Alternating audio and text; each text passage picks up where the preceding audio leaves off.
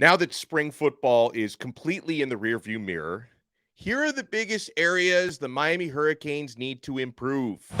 You are Locked On Canes, your daily podcast on the Miami Hurricanes, part of the Locked On Podcast Network, your team every day.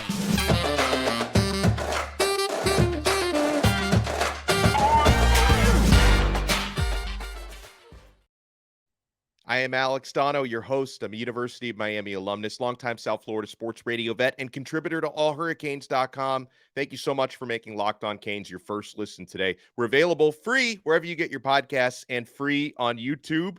So there was a lot of good, but there was some not so good in the spring game. And it's not only about the spring game, because the Hurricanes did have 5 weeks of practice leading up to it.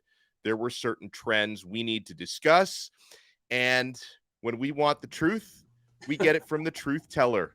Bruce Warner is with us. Now, Bruce, before we got on air, you didn't give anything away to me, but you were telling me you may have the answer for fixing this offensive line, which they were missing a couple of projected starters this past Friday. We know that because we saw a couple guys pick up little issues in the warmups. Inez Cooper and Javion Cohen didn't play, but Bruce, the offensive line didn't look great this past Friday. So how do we fix that?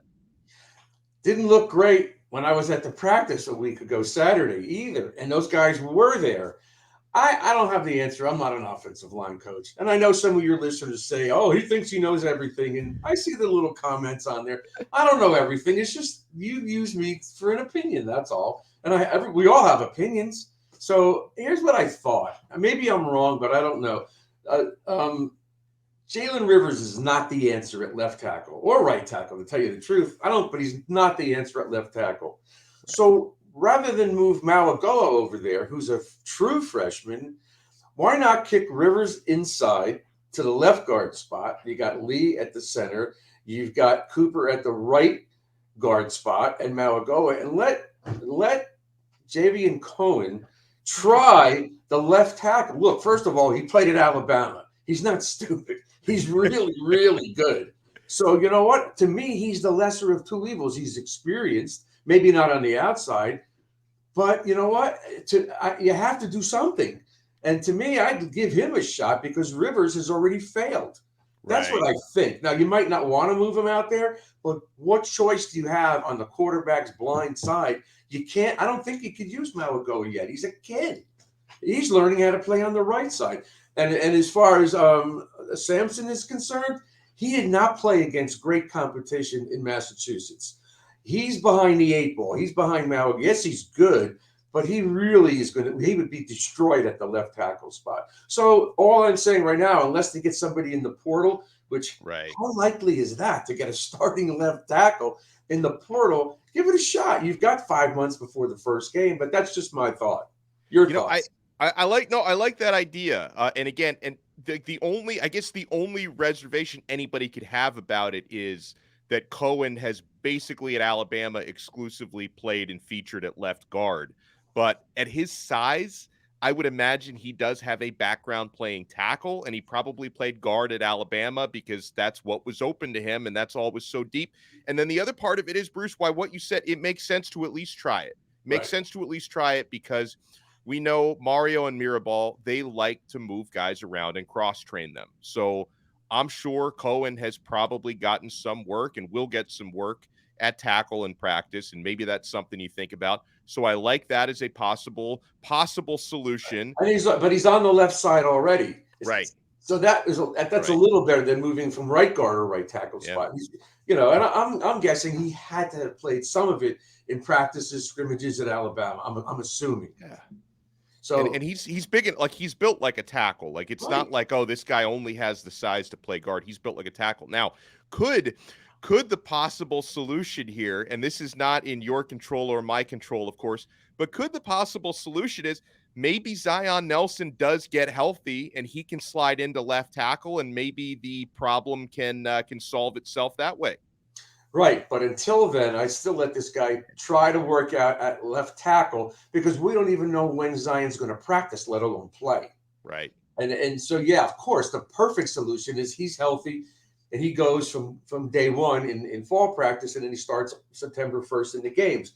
But we don't know that. Now, maybe the medical staff knows more than we do, and they think, oh, he'll be back. He'll be fine. It's just another couple of months. If that's the case, it's not worth it. But still, if he goes down during the season, what are you going to do then? So you really do have to have somebody who can play left tackle. And that's why I say Javion Cohn, because he's clearly the best one on that offensive line.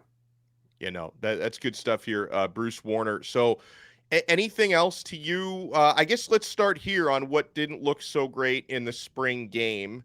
Hopefully this was just a speed bump for this young man, Bruce, because I didn't think Jacurri Brown had a good spring game at all.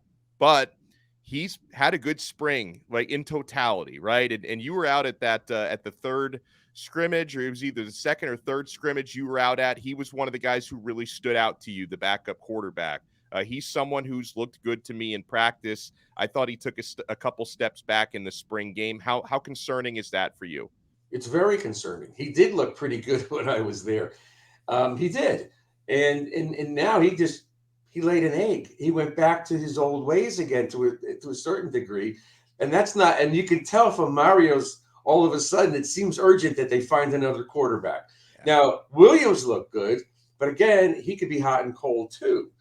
And you got to trust somebody with experience, especially since we just discussed the offensive line. It's a work in progress, but because they have those bodies there and those names means nothing, because they're still struggling to work as a unit.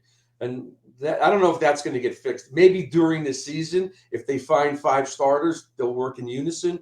But right now, that's a major concern right now, that offensive line, But I think Jacurri Brown I wouldn't be surprised if he gets beaten out for the 2 spot. Wouldn't shock me in the least. This other kid is poised. He sits there. He knows what to do. He listens. He doesn't just panic after somebody's not open. He checks down or whatever he has to do. But Brown is still a work in progress. Yeah, he's improved. But to the level that we can trust him to go in the game and not do what he did Friday night, I don't think so. So I think they're going to look in the portal for a quarterback. I know they're looking for another D tackle. Gore is nothing. That was I don't know if it was a mistake, but they reached for this guy. He's too small. Bain is small, but I told you how Bain was in the scrimmage a week or so ago. Look what happened the other day. I told you he's in the backfield constantly. Nobody can stop this kid. And that's a great thing, because he's not coming from the middle. Maybe they will put him in the middle. I just don't see him as a run stuffer, but right. But that kid he's definitely going to play. He's incredible. Well, I want to talk more on the other side on another need on the offensive side of the football. And I do have a transfer portal note that I think is worth sending out there to all of you guys. So we're only getting started here on a Truth Teller Tuesday. Bruce Warner is with us here on Locked On Canes.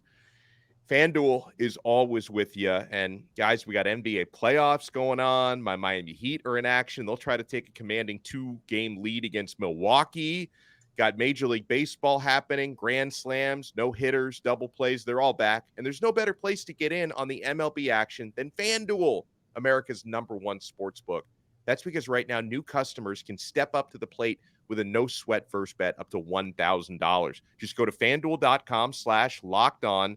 Sign up, place your first bet, and then get $1,000, up to $1,000 back in bonus bets if you don't win. That means you have nothing to lose on that first bet. Like, hey, if you saw what the Heat did to Milwaukee game 1, and the Heat are 9.5-point underdogs tonight in game 2, you might want to consider that. It's a no-sweat first bet. If you bet Heat plus 9.5 and they lose, you get that right back in your account in free play money with a no-sweat first bet. Do not miss your chance to get that no-sweat first bet up to $1,000 when you join FanDuel today. Just go to FanDuel.com/lockedon to sign up. FanDuel, official partner of Major League Baseball. Thank you so much for making Locked On Canes your first listen today. We're available free wherever you get your podcasts and available free on YouTube. And we are on every day. So I want to thank the everydayers for checking us out each and every day. And tomorrow we're going to talk recruiting with John Garcia Jr., recruiting expert from the Locked On Network. So make sure you tune into that on Wednesday. It is a Truth Teller Tuesday. Bruce Warner is with us. Bruce, I think an area that is gonna need depth in the transfer portal, I believe, is running back. I mean, we saw on display Miami only currently has 2 scholarship backs in, and one of them is an injury liability because Don Chaney, who I thought looked pretty good in the spring game, unfortunately, he's been hurt a lot. You know, Henry Parrish is probably the starting back. We got 2 young guys who haven't arrived yet, Chris Johnson and Mark Fletcher, who are going to be arriving in the summer. I don't know when we're going to see Trevante Citizen. He may not be available to start the season. So I really think Miami's got to go out and get somebody there. What do you think? No, I agree. I think they have to because of Chaney. He needs to lose a little weight. He looks good, but he's always looks good. And then for some reason, he's out for like months at a shot. So, yeah, I think you need to go that way as well. Look, I know they're going to work Fletcher's tail off when he gets here. But again, can he pick up a blitz? Can he figure out what's going on when he's back there? Or they're going to put him back there just to run the ball and not have to worry about blocking. Well, they may put him out on swing passes. They're going to bring him along slowly. He's not going to be a redshirt. He's definitely playing this year. There's no question about it. The other kid, I don't know. He's still too slight, Johnson. I just don't know if he's going to play this year. There's too many guys like him on the roster. And, of course, they just got a kid yesterday who committed. That's Chris Wheatley-Humphrey, who is he's a lot like Johnson. He's a similar burner type of guy, and I do like him a lot, though.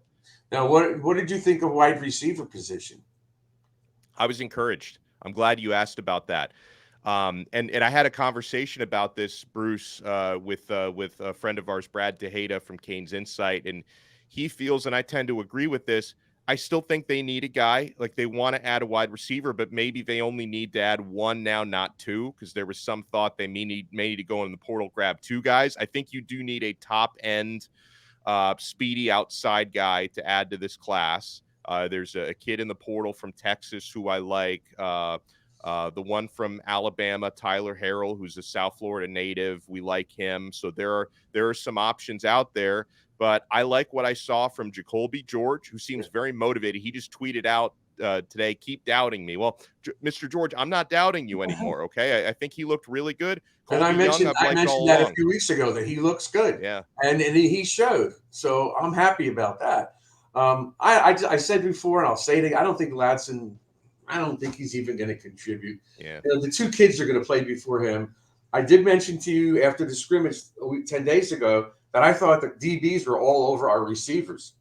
And even in a touchdown pass that George caught, they were all over him. But so that's a good sign. I'm not so sure we need another defensive, maybe another safety. But we have like 7 corners. I don't know if they're any good, but we need another safety. You know, and then everything meshes together. If the D-line can't stop the run, we're going to have trouble stopping the pass. That's why we need the D tackle, because everything melds together. Same thing with the receivers. If you can't get the offensive line fixed so they can't run the ball, then there's no purpose. You might as well just keep your defensive backs back and take away the long bomb on us, because we've struggled. Even in the practices I watched, they were struggling with the bombs because they can't run the ball. The offensive line, it's all part of one goal. They got to be able to run to throw deep. Otherwise, they're going to stack the box and dare you to throw deep. We've had that the last couple of years. And what happens? Our quarterbacks get killed. Yeah. So, you know, that's why I came up with this Javi and Cohen idea, playing left tackle. They've got to solidify that spot. That's been the Achilles heel since Zion got hurt. What did you think of Tyler Van Dyke in the game? Because we both agree Emory Williams, the true freshman, looked really good and really poised when he got to play. I described Tyler's performance as sharp. Like, I didn't think he was spectacular, but I thought he made some good throws, looked comfortable out there. I think he's already looking more comfortable in the new offense. Bruce, I found a lot of Miami fans, for whatever reason, they just don't like Tyler. They don't want to say any nice things about the guy. So for me, I said he looked sharp, and then I've got these weirdos like, he's terrible. Stop complimenting this guy. People think he sucks. I don't think he sucks. I think Tyler's going to be fine this year. You're dead wrong. But I can tell you that I saw it in the scrimmage, and I mentioned it to you, and I saw it the other day. He holds on to the ball too long. I agree. He's standing. He's going to get smashed. And he's got to get rid of that damn ball. And and maybe because they were working on so many long passes that's what they told him to do. But they better figure out the underneath stuff and quickly. Plus, he doesn't have his tight end to go to. Who does he have? I mean, Skinner, I told you, I think Skinner's better. He's not dropping balls. He's never going to be a blocker. So he has gained some muscle weight, even though he looks skinny still, but he's okay. But you need Arroyo in there. You need that threat. You need that crossing route threat. You got to have him in there. Otherwise, what happens? He turns to Restrepo, he throws it to him, and it's too predictable. Yeah. So again, Van Dyke doesn't suck. That's so stupid. It's not even fun. Was he great? No, he was not great. Was he anything special? Not really. He was good. He made some nice throws. But again, he's somewhat handicapped because he doesn't have the offensive line. He doesn't have the left tackle. These guys are a work in progress. And you got a kid like Bain who's in the backfield constantly. And he was threatening this guy on almost every down. So, and that's not even our starting defensive line, so to speak. That's what they keep saying. So there's still a work in progress. There's a lot that has to be corrected.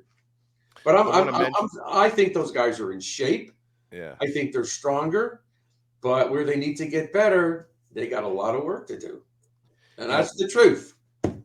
We talked about defensive tackle being a need in the transfer portal. I do want to share a positive note to our listeners and viewers. I told you guys a couple of days ago that I could report that Miami has reached out to Jeffrey Emba from Auburn, defensive tackle in the transfer portal.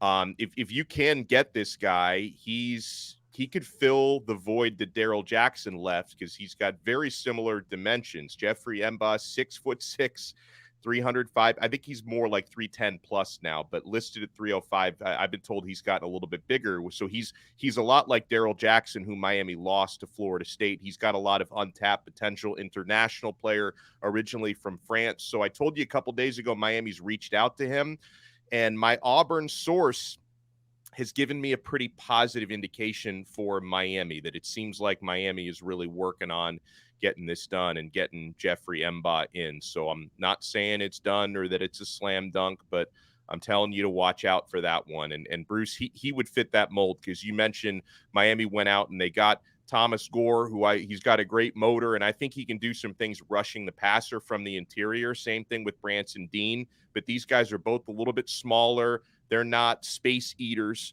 on the inside. If you can get a guy like Emba, who's got that crazy height, but also that girth, that can help solve that problem. If he's going to be a starter, if they really believe that, then absolutely. I'd put everything you have to get this guy. He's critical. But if he's just going to be a body on the roster, I don't want him. Because I know there was another name they were talking about at D tackle as well. So I forgot who it was, but I did see that. I'm curious to see what Horton does when he gets in. But again, he's a freshman. Yeah. And if they have any hopes for playing, winning 8-9 games this year, they better shore up that defensive tackle position. And Mario knows it. I mean, he keeps talking about it, but they haven't done anything to fix it. I'm shocked that they got those two guys. It just seemed like they got them too quickly, and they're not what they really need. I don't know why he did that. And that's the truth. That's my truth. I don't know why he did that. I can't second guess the guy, but on this one, I am. I want to talk about a couple of the young skill position players who did flash a little bit in the spring game, because Nathaniel Ray Joseph looks like he's a very bright one for the future. And number 88, the young tight end, Riley Williams, I think he's got the goods as well. Keep it locked right here to Locked On Canes. Thank you so much for making Locked On Canes your first listen today. We are available free wherever you get your podcasts, and available free on YouTube. We are part of the awesome Locked On Podcast Network, your team every day. I want to remind you guys, you can join our exclusive SMS texting platform. You can one-on-ones with me. I'll answer your questions. Sometimes I'll answer your questions on the show, and I give you guys breaking news on recruiting, practice observations. Sometimes we'll give you insights on episodes before they premiere. It's a service called Subtext, and we include a link to join our Subtext chat in the show description below. So click the link, join our Subtext chat, get in on the conversation 24/7. We are here now with the truth teller, Bruce Warner. Bruce, it's always nice in the spring game. Everybody gets a chance to play. and a guy who I think is going to be a factor this season, right? Maybe mostly on special teams as a returner, but I think he can also get out there in the slot because he's got that game-breaking speed.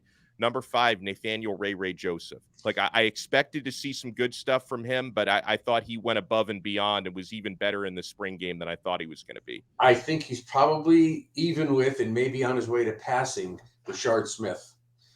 I just do. He's not really consistent catching the ball, and I think that's a problem. And he. I don't know if he's as fast as everybody thinks he is. I think he's quick because he's short, little, but I don't think he's that fast. Joseph is fast, quick and fast. So I like that you brought that up. I mentioned to you during the week that I thought after that practice last week that Devontae Brown, number 7, the kid from UCF, the older brother. He's good, and he was all over these receivers. He played. He was another one of these guys. He's got the length, his arm length. He's taller. He could stay with these guys. So I think he's clearly a starter. He's one of your corners for sure. I like him. The rest of the guys, again, that's a work in progress. I like Daryl Porter a little bit. I thought number 0 had some good plays and some good reactions. I think he'll probably be the other starter. He might be, but he's still small. And every time there's a jump ball, he gets beaten. Yeah. He's too small. He gets boxed out. He gets bodied out. That's the thing I don't like about him. I see him he's in the area, but he's not making the plays. And that's the guy that I mentioned to you at the scrimmage that I'll mention his name. He doesn't care. Darren Smith, the coach at Chaminade, when I was talking to him, he said, that guy has to make that play. You got to finish. I don't care that he batted the pass down. Catch that ball. That should have been a pick in the end zone. And that's what I'm talking about. If Porter doesn't make the plays, he's around, but he's not making plays. You brought that up on not finishing these plays.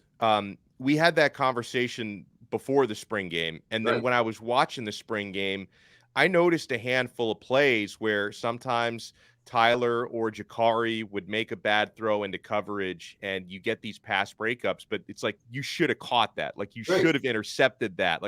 It seems like 3 or 4 times they left interceptions on the field. I don't think they had any in the game. Yeah. And so that's something that I was talking to Darren about, and I'm sure the coaches are talking about. When was the last time we had 3-4 picks in a game that were great plays, not a stupid offensive quarterback just threw the ball to somebody who was just right there. And that's been lacking for years now. There were times over the last several years where there was no DBs on the screen. You couldn't even see them. So when I said to you last week, these guys are draped on a receiver. That's a good thing. But now you have to finish, which is a positive, but still, I'd like to see them pick the ball off a couple of times more, so that'll give our offense more possessions in the game. That's part of it, but that's what they're working on. They got 5 more months to correct this stuff, but at least they're near the receivers. Other than the pass to Ray, how many wide open receivers were there? Did you notice? Yeah, not that. Honestly, not many, right? That was off the top of my head, that's the only one I can think of, because even a couple of the throws, like Tyler made that great throw to Jacoby George, but he had a DB, I think it was Brown, was all over him when he made that catch in the corner of the end zone. Like that was just a great throw and catch. And like the one that Tyler threw to Riley Williams in the 4th quarter, that was just good ball placement, really good catch. Other than that, wide open guys wasn't happening. Yeah, Ray was a busted coverage anyway. Yeah. So it wasn't like he blew past everybody. There was somebody that didn't pick him up, and that's why he was wide open. And once he catches the ball in the open field, you're not catching him. He's in the end zone. So that's my point. They have to work on getting open now, that's the receiver question. Are these guys just not that good that they can't get past our guys? They can't get open? But you know what? I'd rather see that from our defense. I expect the offensive guys to be better. Look, unless he can find some blue chip wide receiver in the portal, this is what we have. That was one of the things. I was watching the first half with a former college player and a guy who had a brief time in the NFL as well, a former wide receiver, so he knows what he's talking about.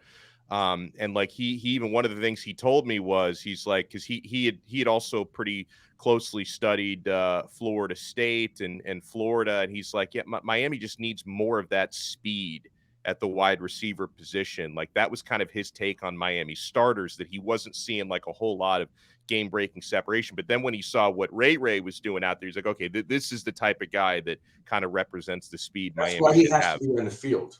Yeah. Because you could see that if he can catch the ball somewhere open in the field, he could take off and he could be 20, 30 yards or in the end zone, just like a flash. So you want to have somebody that's going to keep those safeties, off the line of scrimmage and away from the box. You got to get those guys out of there. And you do that by either sending guys deep or you can run the ball. Because, you've got to be able to run the ball. They start coming forward, you go over the top. And it's like I said, it's a whole. But to me, as I told you weeks ago, the offensive line is the key to the entire offense. Yeah, they are. They just are. And if you could have great receivers, you can bring Wing Swan tomorrow. It doesn't matter because if these guys they don't have time in the pocket and they can't run the ball. So I'm expecting. We didn't really see screens. Now I talked about that last year, but we've got to be able to dump the ball off. But that's not what the quarterbacks were told to do. They were working on getting the ball down the field. That's what they wanted to do, Well, I appreciate your time as always. He's Bruce Warner. We love the Truth Teller Tuesdays. I like that shirt, by the way. I feel like every time we have you on, it's like a fashion show. That's a really good. I've complimented the hat before. I've never seen that shirt. Is that like the Miami Knights shirt? Is that a special edition? I don't know when I got this. I don't know. I don't know whether I got it from Caneswear or Harriet All Canes. I don't remember. Or maybe I got it as a gift. Who knows? Everybody that buys me stuff knows what I wear. Same. You Same too? here. Yeah. This shirt, definitely a gift. I think I bought this hat for myself, but this shirt was a Christmas gift from a relative. So I'm in the same boat with you. Yeah. Well, I get yelled at by my wife. Why do you always wear that stuff? So the other day I had my granddaughter's birthday party and I didn't wear anything orange or green, just whatever I forgot what I wore. Jeans, okay. I think, and a shirt. That's what I wore. Jeans and a pink shirt. Wow, look at you. The pink shirt. I do have one pink shirt in my collection. Okay. Well, anyway, it's great doing the show with you. I love doing the show. So I did try to get Gino last night. For those of you, I'll get him. We'll have Gino on. We'll get Gino. There's plenty of time because there's never a bad time to talk to Gino Toretta. Of course not. So we're going to get him on one of the next times. We appreciate Bruce Warner. I appreciate all of you guys. Make sure to smash the like button. If you're watching us on YouTube, hit that thumbs up button, subscribe.